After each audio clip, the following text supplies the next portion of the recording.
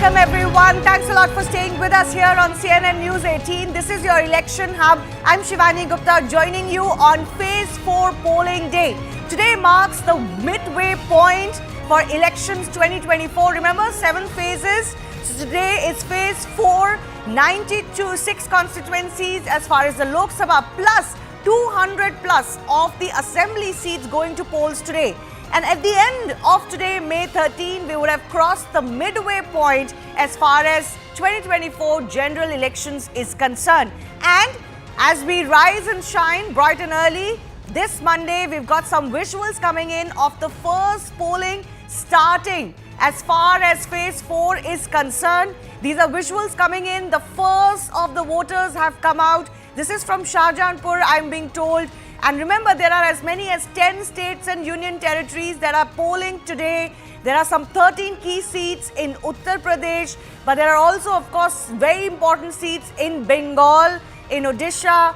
We've got Telangana and Andhra, the last of the southern fight today, finishing all of the states' seats going to polls today in both of these states. So with that will mark the end of the southern fight for all parties as well. That's Giriraj Singh, of course, that is come out bright and early to cast his vote first up on May 13.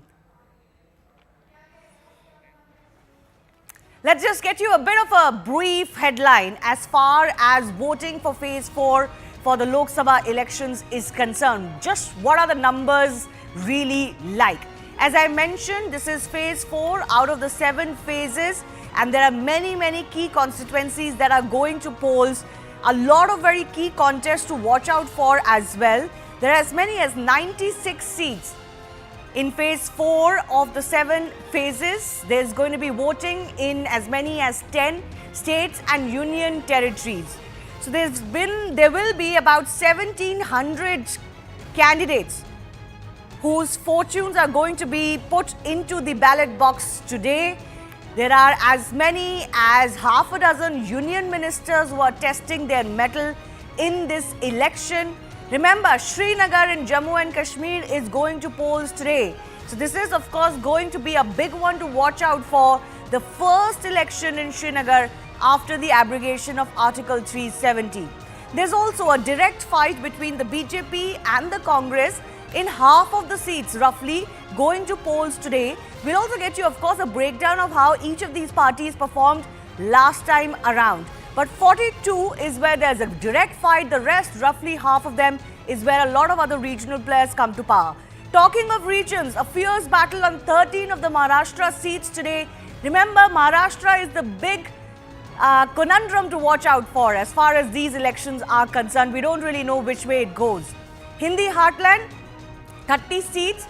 13 of those are coming from Uttar Pradesh. How did the BJP fare in those seats in the last time around? We'll show you on our magic wall in just a bit. And as I mentioned, today is the final step of the battle of the South.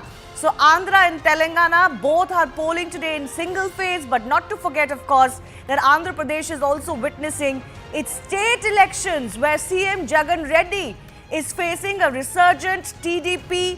There's the Janasena party, of course, the BJP alliance as far as the national elections are concerned, but that is giving the opposition a spring in its step in the assembly polls as well. So lots to watch out for. What is going to be the BRS's future, for example, in Telangana? They didn't really fare that well in the recent assembly elections.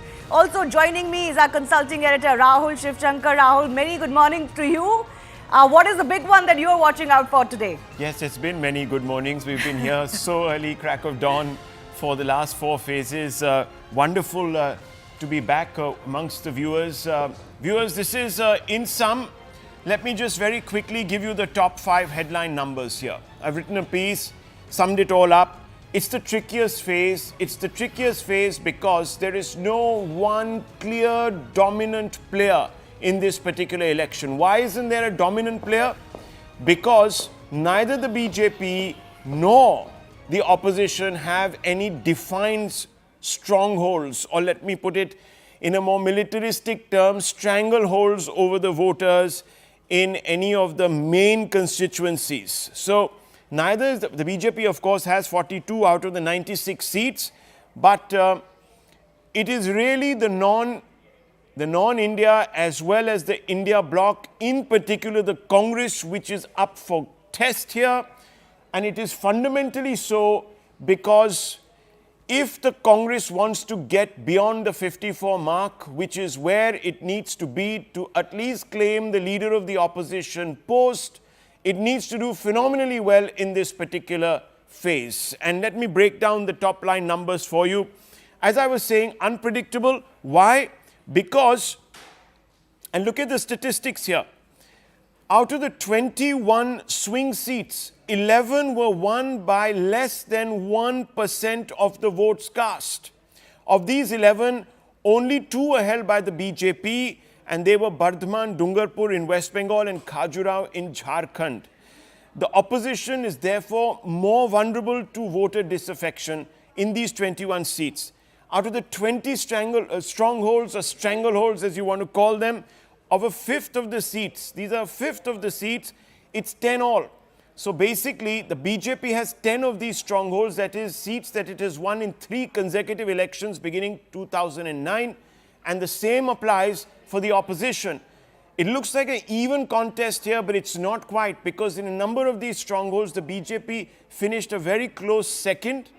And remember, the BJP has not been traditionally very strong in any of the phases, especially this particular phase, where it is seen as an emerging party in Odisha, it is seen as an emerging party in Telangana, in Andhra. So for it to draw even on strongholds is a phenomenal achievement.